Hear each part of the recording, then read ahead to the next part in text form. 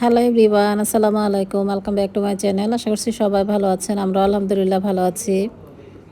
এখন হলো সময় বিকাল 5:30টার মতো বাজে।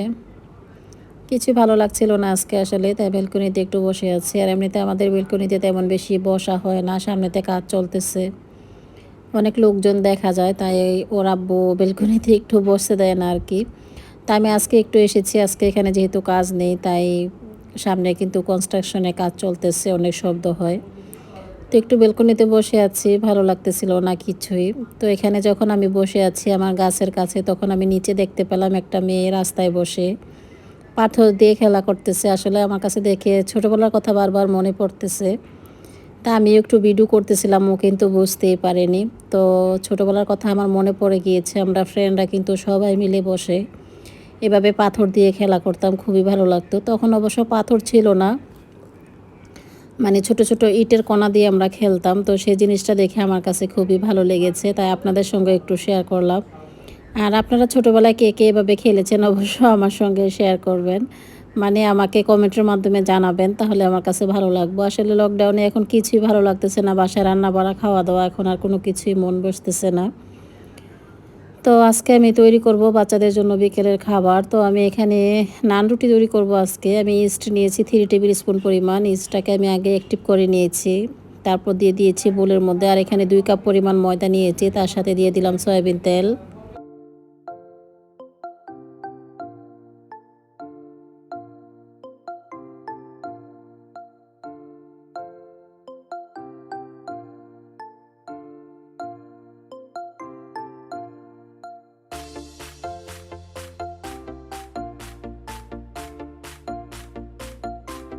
আর এই ময়দাটার মধ্যে আমি ইউজ করেছি সয়াবিন তেল, ইস্ট আর স্বাদ মতো লবণ। এতটুকু দিয়ে কিন্তু আমি ময়দার ডোটাকে তৈরি করে নেব। তারপর আমি এটাকে ঢেকে রেখে দিব 1 ঘন্টার জন্য। তারপর আমি নান রুটিগুলো তৈরি করব। আজকে গ্রিল চিকেন করব। গ্রিল চিকেন বলতে আমি ফ্রাই প্যানে তৈরি করব। আমি গ্রিলের মধ্যে নিয়ে সেটা তৈরি করব না। তা আমি যেভাবে তৈরি করি সেটা আজকে আপনাদের সঙ্গে শেয়ার করব। আর বাচ্চারা চাচ্ছিল আজকে খাবে, সেজন্য বাচ্চাদের জন্য তৈরি করতেছি। আর প্রতিদিন বিকেল টাইমে একটা করে রেসিপি তৈরি করা হয়, বিশেষ করে আমার বাচ্চাদের জন্য। যেহেতু ওরা এখন বাইরে যেতে পারতেছে না, তো আমি চেষ্টা করি বাসায় ওদেরকে সব কিছু তৈরি করে খাওয়ানোর জন্য। আর সেই সাথে আমি আপনাদের সঙ্গে শেয়ার করতে পারি, আমার কাছে খুবই ভালো লাগে। আমার কাছ থেকে আপনারা যতটুকু সম্ভব দেখে নেন বা অনেকে দেখে বাচ্চাদেরকে তৈরি করে খাওয়ায়, সেটা আমার কাছে খুবই ভালো লাগে। আর গতকালকে অনেক আপুরা আমার সঙ্গে মেসেঞ্জারে অ্যাড হয়েছে, অনেকে আমার সঙ্গে কথা বলেছে ফোন করে, আমার কাছে খুবই ভালো লেগেছে। আসলে তারা আমাকে এতটাই আপন করে নিয়েছে যে, আপু তোমাকে দেখিনি এখনও, তারপরও তোমার ভিডিওগুলো দেখে অনেক আপন মনে হয়। তো যাই হোক, সবাই আমার জন্য দোয়া করবেন, আমি যাতে এভাবে আপনাদের সঙ্গে ভিডিওগুলো শেয়ার করতে পারি। আর আমার হাজব্যান্ড তো ইদানিং বলতেছে ভিডিও মেক করতে হবে না, এখন আর ভিডিও দেওয়ার প্রয়োজন নেই। মানে ও চাচ্ছে যাতে আমি এই ভিডিওগুলো মেক না করি, মানে অনেক কষ্ট করতে হয় ভিডিও মেক করতে গিয়ে, সেটা বলে সবসময়। তো আমি বলতেছি যে না, আমার অনেক আপুরাই আছে আমার ব্লগ ভিডিওগুলো দেখার জন্য অপেক্ষা করে, আমি কেন এটা অফ করে দিব। আমার সময় কাটে, অবসর সময়টা আমার কাটে, অবশ্য আমার কাছে ভালো লাগে। আমার কাছে তো খারাপ লাগতেছে না, যখন খারাপ লাগবে হয়তো আমি এমনিতেই বন্ধ করে দেব। তো আজকে শালীনের নানু ওর জন্য ফ্রেঞ্চ ফ্রাই তৈরি করতেছে। মানে আম্মু কেটেছে আলুগুলো একটু মোটা মোটা করে কেটে, তারপর লবণ দিয়ে সিদ্ধ করে রেখেছিল। এখন তেলের মধ্যে একটু ফ্রাই করে দিচ্ছে বাচ্চাদেরকে। আর রাতের খাবারটা তো আমি তৈরি করব। আমি আটার ডোটা তৈরি করে রেখে দিয়েছি, তারপর আমি চিকেনটাকে মেখে নেব। তো প্রথমে ওদের ফ্রেঞ্চ ফ্রাইগুলো ভেজে দিচ্ছে, ওরা এখন খেয়ে নেবে। আর রাতের খাবারটা আমাদের হবে আজকে নান রুটি আর গ্রিল চিকেন হবে। তো এদের তো দেখতেই পাচ্ছেন বাচ্চারা খেয়ে নিচ্ছে। বাচ্চাদের অনেক পছন্দের খাবার কিন্তু ফ্রেঞ্চ ফ্রাই। আর যেহেতু আমরা এখন বাইরে যেতে পারতেছি না, বাসায় বসে থেকেই সব কিছু তৈরি করে খাওয়ানোর চেষ্টা করি বাচ্চাদেরকে। আর বাইরে অবশ্য অর্ডার করা যায়, অনেকে দেখি বাইরে থেকে খাবারটা অর্ডার করে। তো আমি চাচ্ছি যে বাসায় খাক। এখনকার যে পরিস্থিতি বাংলাদেশের খুবই খারাপ, এই সময়টাতে আমরা বাইরের জিনিস অনেক সাবধানে কিন্তু বাসায় আনতে হয়। তো আমার মতে সেই খাবারগুলো কিন্তু বাসায় না আনাটাই বেটার। বাচ্চাদেরকে অনেক বুঝিয়ে শুনিয়ে রাখি, মাশাল্লাহ আমার বাচ্চারা বুঝতে পারে। তো এক আপু বলেছিল, আপু তোমাকে অনেকবার রিকোয়েস্ট করেছে আমার সঙ্গে কথা বলার জন্য। আপু অনেক বড় করে গতকালকে একটা কমেন্ট লিখেছে। তা আপু তুমি তো আমাকে আর কল দিলে না, তুমি বলেছিলে আমাকে কল দিবে। আমি কিন্তু তোমাকে মেসেঞ্জারের লিঙ্কটা দিয়ে দিয়েছি অবশ্য। তো যারা আমার সঙ্গে কথা বলতে চাও তারা অবশ্যই আমার ডেসক্রিপশন বক্সটা চেক করবে, তাতে কিন্তু সব কিছু বুঝতে পারবে। আর আমার চ্যানেলটি এখনও কিন্তু অনেকে সাবস্ক্রাইব করেনি, অবশ্যই আমার চ্যানেলটি সাবস্ক্রাইব করে ফেলবে। সাথে থাকা ছোট বেল আইকনটি ক্লিক করে দেবে, যাতে করে আমার দেওয়ার ভিডিও নোটিফিকেশন পৌঁছে যায় সবার কাছে। তো বাচ্চাদেরকে ফ্রেঞ্চ ফ্রাইটা দিয়ে এখন আমি এখানে একটা চিকেন নিয়েছি। চিকেনটাকে ভালোভাবে ধুয়ে পরিষ্কার করে ছোট ছোট টুকরা করে কেটে নিয়েছি। তার সাথে দিয়ে দিয়েছি স্বাদ মতো লবণ, আর হাফ টেবিল স্পুন পরিমাণ দিয়েছি ধনিয়ার পাউডার, জিরার পাউডার। এখন দিয়ে দিচ্ছি 2 টেবিল স্পুন পরিমাণ আদা রসুন পেস্ট। তার সাথে দিয়ে দিচ্ছি 1 টেবিল স্পুন পরিমাণ গরম মশলার পাউডার। আর এখন দিয়ে দিচ্ছি 1 টেবিল স্পুন পরিমাণ চিনি, 1 টেবিল স্পুন পরিমাণ মরিচের পাউডার।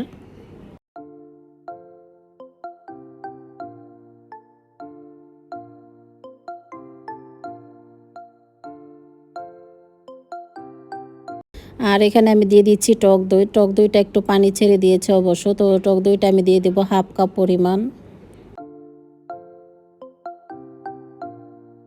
আর এখন দিয়ে দিচ্ছি 2 টেবিল স্পুন পরিমাণ গুঁড়া দুধ। এটা দিয়ে কিন্তু আমি হাত দিয়ে ভালোভাবে মাখিয়ে নিচ্ছি। আর সবগুলো উপকরণ দেওয়ার পর হাত দিয়ে ভালোভাবে মাখিয়ে আধ ঘন্টার জন্য ঢেকে রাখবো। আর বিশেষ করে এভাবে চিকেনটা খেতে খুবই ভালো লাগে। আমি রমজান মাসে অনেকবার শেয়ার করেছি আপনাদের সঙ্গে। সেটার মধ্যে হয়তো টক দই আমি দিইনি, তো আজকেরটার মধ্যে টক দই অ্যাড করেছি, সেজন্য আরও বেশি ভালো লাগবে খেতে।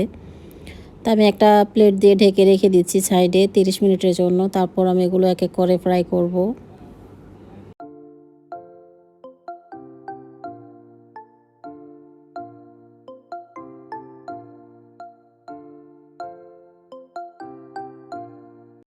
তো 30 মিনিট পর এখন চিকেনগুলো আমি ভেজে নিচ্ছি। আমি ফ্রাই প্যানে অল্প পরিমাণে তেল দিয়েছি, দেখতে পেয়েছেন। এতটুকু তেলের মধ্যে কিন্তু আমার চিকেনটা খুব সুন্দরভাবে হয়ে যাবে। তেলটাকে আমি প্রথমে গরম করে নিয়েছি। এখন আমি চিকেনটা দেওয়ার সাথে সাথেই ঢেকে রাখবো। ঠিক 10 থেকে 15 মিনিটের মতো এটা ঢেকে রাখলে কিন্তু চিকেনটা হয়ে যাবে। আর এই ফাঁকে আমি নান রুটিগুলো তৈরি করে নিচ্ছি।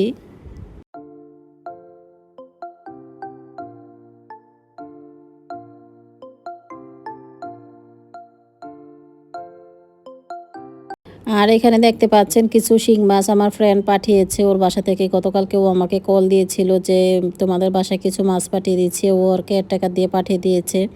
আসলে মাছগুলো এত ছোট, আমি চিন্তা করতেছি এগুলো কীভাবে কাটবো। এত ছোট ছোট মাছ আম্মুকে বলতেছি। তো দেখি এগুলো কীভাবে কাটি। এগুলো কেটে তারপর ফ্রিজে রেখে দিতে হবে।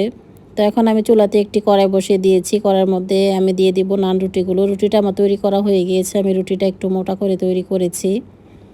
এখন সামান্য একটু পানি মেখে দিয়ে তারপর এভাবে আমি দিয়ে দিচ্ছি। বিশেষ করে নান রুটি কিন্তু এভাবেই তৈরি করে। তো আমার কাছে তো সব ধরনের পাত্র নেই, তাই আমি এভাবে তৈরি করি, খেতে খুবই ভালো লাগে। আর আপনাদের যাদের কাছে তাওয়া আছে সেটাতেও হবে, আর যে কোনো কড়াইতে কিন্তু এটা তৈরি করা যায়। আমি যেহেতু ছোট কড়াই নিয়েছি, এখানে আমি রুটিগুলো ছোট ছোট করে তৈরি করব, সেই জন্য ছোট কড়াই নিয়েছি। তো এখন আমার রুটিটা কিন্তু হয়ে গিয়েছে। আর উপরে দিয়ে কিন্তু একটু পোড়া পোড়া থাকে, মানে কালার থাকে নান রুটির মধ্যে। সেই কালারটা দেখতেই পাচ্ছেন আমি কিভাবে করে নিয়েছি। এখন রুটিটা আমার হয়ে গিয়েছে। আমি একটা চামচের সাহায্যে তারপর রুটিটাকে নামিয়ে নেব। আর এদিকে আমার চিকেনটা হয়ে গিয়েছে। আমি এখন উল্টে পাল্টে দিচ্ছি। আর চিকেনটা যখন একটু পোড়া পোড়া হবে তখনই আমি নামিয়ে নেব। আর এই চিকেনটা তৈরি এভাবে করলে কিন্তু অনেক সুবিধা হয়, যেহেতু তেলটা অনেক কম লাগে। আমরা কিন্তু মাঝে মধ্যে চিকেন ফ্রাই করে খেয়ে থাকি, সেটা কিন্তু তেল অনেক পরিমাণে বেশি প্রয়োজন হয়। আর এভাবে মশলা মাখিয়ে রান্না করলে এটা শুধু নান রুটি দিয়ে নয়, সাধারণ রুটি দিয়ে, ভাত দিয়ে, যে কোনোভাবে কিন্তু এটা খেতে পারবেন, খুবই ভালো লাগে।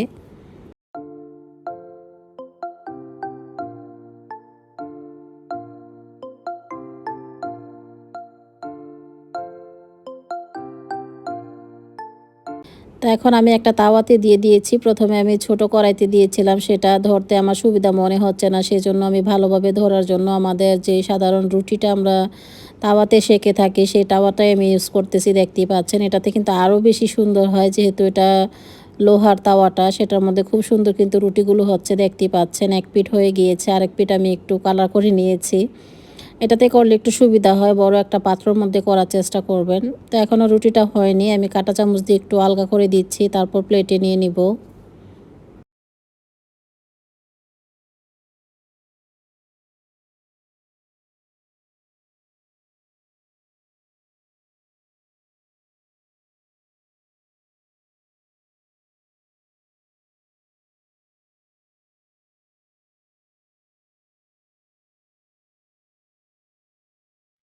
তো আমাদের রাতের খাবার এখন তৈরি হয়ে গিয়েছে। আমি এখন সবাইকে খাবারটা বেড়ে দিচ্ছি খাওয়ার জন্য। আর রুটিগুলো আমি একটু পিস করে কেটে দিব ওদেরকে। আর আজকে আমি আপনাদের সঙ্গে শেয়ার করব আমার রান্নাঘরটা কীভাবে ক্লিন করি, রাতে খাবার পর ডাইনিং টি টেবিল রান্নাঘর কীভাবে ক্লিন করি সেটা আমি আপনাদের সঙ্গে শেয়ার করব। আর সালমান এখানে টমেটো সস আর মেয়োনিজ নিয়েছে সাথে মিক্স করে, এটা দিয়ে খেতে নাকি ওর কাছে খুবই ভালো লাগে। আর তার সাথে আমি একটু ট্যাং গুলিয়ে দিচ্ছি ওদেরকে অরেঞ্জ জুস।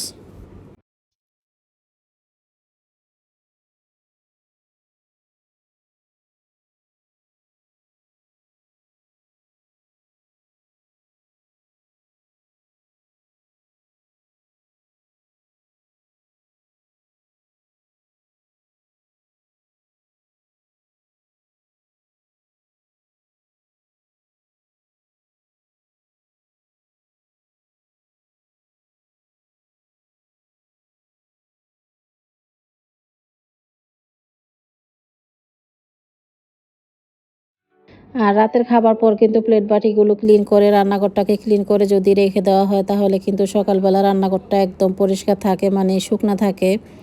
বিশেষ করে আমার কাছে ভালো লাগে। তো এই রুটিনটা আমি অনেক দিনই আপনাদের সঙ্গে শেয়ার করিনি। বাংলাদেশে আসার পর প্রায় 4 মাসের মতো হয়ে গিয়েছে।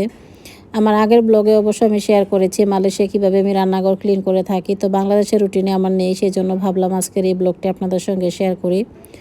তো খাবার দাবার পর আমি এখানে প্লেট বাটিগুলো এখন ওয়াশ করে নিচ্ছি। আর সবসময় আমি রাতে যখন শুতে যাই তখন রান্নাঘরটা ক্লিন করে, অনেক সময় দেখা যায় তেলাপোকা এসে ডিস্টার্ব করে, সেই তেলাপোকাগুলোকে কীভাবে মারতে হয়, তেলাপোকার কিছু চক আছে সেগুলো একটু এঁকে রেখে দেবেন। তো যে 2-3টা তেলাপোকা জন্ম হয় সেগুলো কিন্তু প্রতিদিনের তেলাপোকা প্রতিদিনই মরে যায়, রান্নাঘরে তেমন বেশি তেলাপোকা হয় না। আমি এভাবে করি, তাতে কিন্তু আমার রান্নাঘরে তেলাপোকা অনেক কম থাকে। তেলাপোকা কিন্তু কম বেশ সবার বাসায় থাকে, আমার বাসাও কিন্তু আছে, তারপরেও আমারটা অনেক কম। আমি যেভাবে রাখি ঠিক এভাবে যদি ফলো করে আপনারা রাখেন তাহলে আপনাদেরকেও এরকম ডিস্টার্ব করবে না। আসলে যে কোনো প্লেট বাটি রেখে দিলেই কিন্তু তেলাপোকা হাঁটাহাঁটি করে, এটাও কিন্তু একটা জীবাণু। তো এভাবে করবেন, তাতেই কিন্তু আপনাদের রান্নাঘর অনেক পরিষ্কার থাকবে আর জীবাণু মুক্ত থাকবে। আর সবসময় আমি চাই আমার ভিডিও থেকে অল্প হলেও আপুরা কিছু শিখুক, মানে শিক্ষণীয় কিছু রাখার চেষ্টা করি। জানি না আপুদের কেমন ভালো লাগে।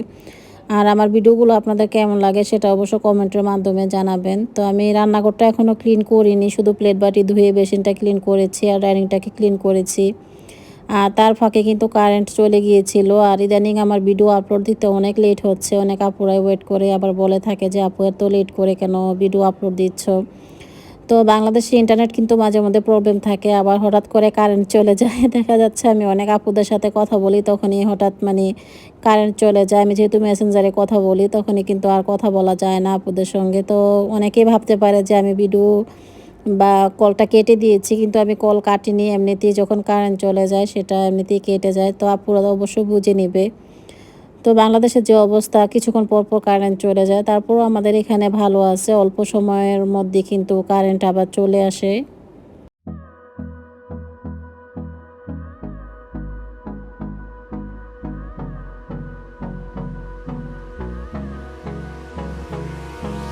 Hold me close till I get up. Time is barely on our তো আমি রান্নাঘরটাকে ক্লিন করব, আর এই ফাঁকে শালীনকে দেখতেছি ও শোকেস থেকে নামিয়ে খেলনাগুলো নিয়ে খেলা করতেছে, ওর ছোটোবেলার খেলনাগুলো। আর এটা হলো মীরার ছোটোবেলার খেলনা, অনেক ছোট যখন মীরা ছিল তখন ওকে কিনে দিয়েছিলাম। আর কয়েকটা আছে সালমানের ছোটোবেলার খেলনা, আসলে বাচ্চাদের খেলনাগুলো রেখে দিয়েছি। ওরা যখন বড় হবে তখন দেখতে পারবে ছোটোবেলার খেলনাগুলো, স্মৃতি হিসাবে থাকবে বাসায়। সেজন্যই খেলনাগুলো রেখে দেওয়া। এমনিতেই কিন্তু খেলনাগুলো অনেককে দিয়ে দিয়েছি, তারপর অনেকগুলো রয়ে গিয়েছে। আর মালয়েশিয়াতে তো অনেক খেলনা ওদের, সেগুলো নিয়ে বাচ্চাদের সময় চলে যায়। এখন তো শালীনও একটু বড় হয়ে যাচ্ছে মাশাল্লাহ, তারপরও খেলনা নিয়ে আগের মতো তেমন বেশি খেলতে চায় না, মানে পছন্দ করে না, শুধু ফোন নিয়ে দুষ্টুমি করতে চায়। তো আমাদের এখন প্রায় রাত 10টা বেজে গিয়েছে। আমি রান্নাঘরটা ক্লিন করে 12টার মধ্যে শুয়ে পড়বো। আজকে একটু লেট হয়ে গিয়েছে, সবসময় 11:30 11টার মধ্যে শোয়ার চেষ্টা করি আমরা।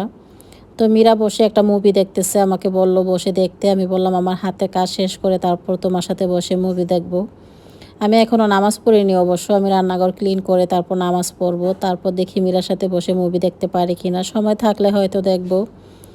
তো এখন আমি রান্নাঘরটা ক্লিন করে নিচ্ছি। আমি এখানে দিয়েছি হ্যান্ড স্যানিটাইজার, তার সাথে দিয়েছি হ্যান্ড ওয়াশ, আর দিয়েছি ডিশ ওয়াশ, সব ধরনের সাবান একসঙ্গে মিক্স করে তারপর আমি রান্নাঘরটাকে ক্লিন করি। যেহেতু জীবাণুমুক্ত থাকা কিন্তু এখন আমাদের সবারই কর্তব্য, এখনকার সময়ে না সব সময় কিন্তু একটু জীবাণুমুক্ত থাকার চেষ্টা করবেন, তাতে করে যে কোনো জীবাণু মরে যায়, ভাইরাস কম থাকে। আর বেসিনের মধ্যে সবসময় আমি রান্নাঘর যখন ক্লিন করি বা রান্না করার পর আমি 1 কেতলি করে গরম পানি দিয়ে দিই। সেটা অবশ্য আমার অনেক ব্লগে আমি দেখিয়েছি। তো এখন যেহেতু আমি রেগুলার না, বাংলাদেশে থাকি না, তেমন বেশি আগের মতো রুটিন করা হয় না। আর আমাদের চুলার উপরে দেখতে পাচ্ছেন কলস বসিয়ে দিয়েছি, আমরা ফুটন্ত পানি খাই। সেজন্য প্রতিদিন রাতে 2 কলস করে ফুটিয়ে রাখি, সকাল হতে হতেই কিন্তু এগুলো ঠান্ডা হয়ে যায়। আর আমার বাসায় অবশ্য ফিল্টার আছে, ওয়াটার ফিল্টার, যেহেতু আমি অনেক দিন বাসায় থাকি না সেজন্য কিন্তু সেগুলো ইউজ করা হয় না, এমনিতেই পড়ে আছে, সেজন্য ধোয়া মোছা করিনি আর ক্লিন করা হয়নি। তো যাই হোক, আপনাদের সঙ্গে কথা বলে আমার রান্নাঘরটা ক্লিন করা হয়ে গিয়েছে আর ডাইনিংটাকেও ক্লিন করে নিয়েছি অবশ্য। আর আমাদের দরজার ফাঁকে যে একটা ফুল গাছ হয়েছিল সেটা আমি কেটে তারপর টবে লাগিয়েছি। খুব সুন্দর কিন্তু ফুল গাছটা হয়ে গিয়েছে, দেখতে পাচ্ছেন ডাইনিংয়ের উপর আমি রেখে দিয়েছি। আমি এই বাসায় থাকি না, তারপরও এই ফুল গাছটা কীভাবে বেঁচে আছে আল্লাহ তাআলা চাইলে কি না করতে পারে। আমাদের বেলকুনির বারান্দার দরজার পাশেই কিন্তু এই ফুল গাছটা হয়ে আছে। আমরা মালয়েশিয়া থেকে আসার পরপরই দেখি এই গাছটা এখানে। আমরা বলতেছি যে আল্লাহ তাআলা কি না করতে পারে, এটা কিভাবে আছে। পানি নাই, কোনো কিছু নাই, এমনিতেই কিন্তু গাছটা বেঁচে আছে। তো আমরা ওখান থেকে ডাল কেটে একটা টবে দিয়েছি, খুব সুন্দর হয়ে গিয়েছে। আর এখন আমাদের এখানে রাত 11টা বাজে, আমরা সবাই এখন শুয়ে পড়ব। তো আশা করছি আজকের ব্লগটি সবার ভালো লেগেছে। গুড নাইট সবাইকে, আল্লাহ হাফেজ।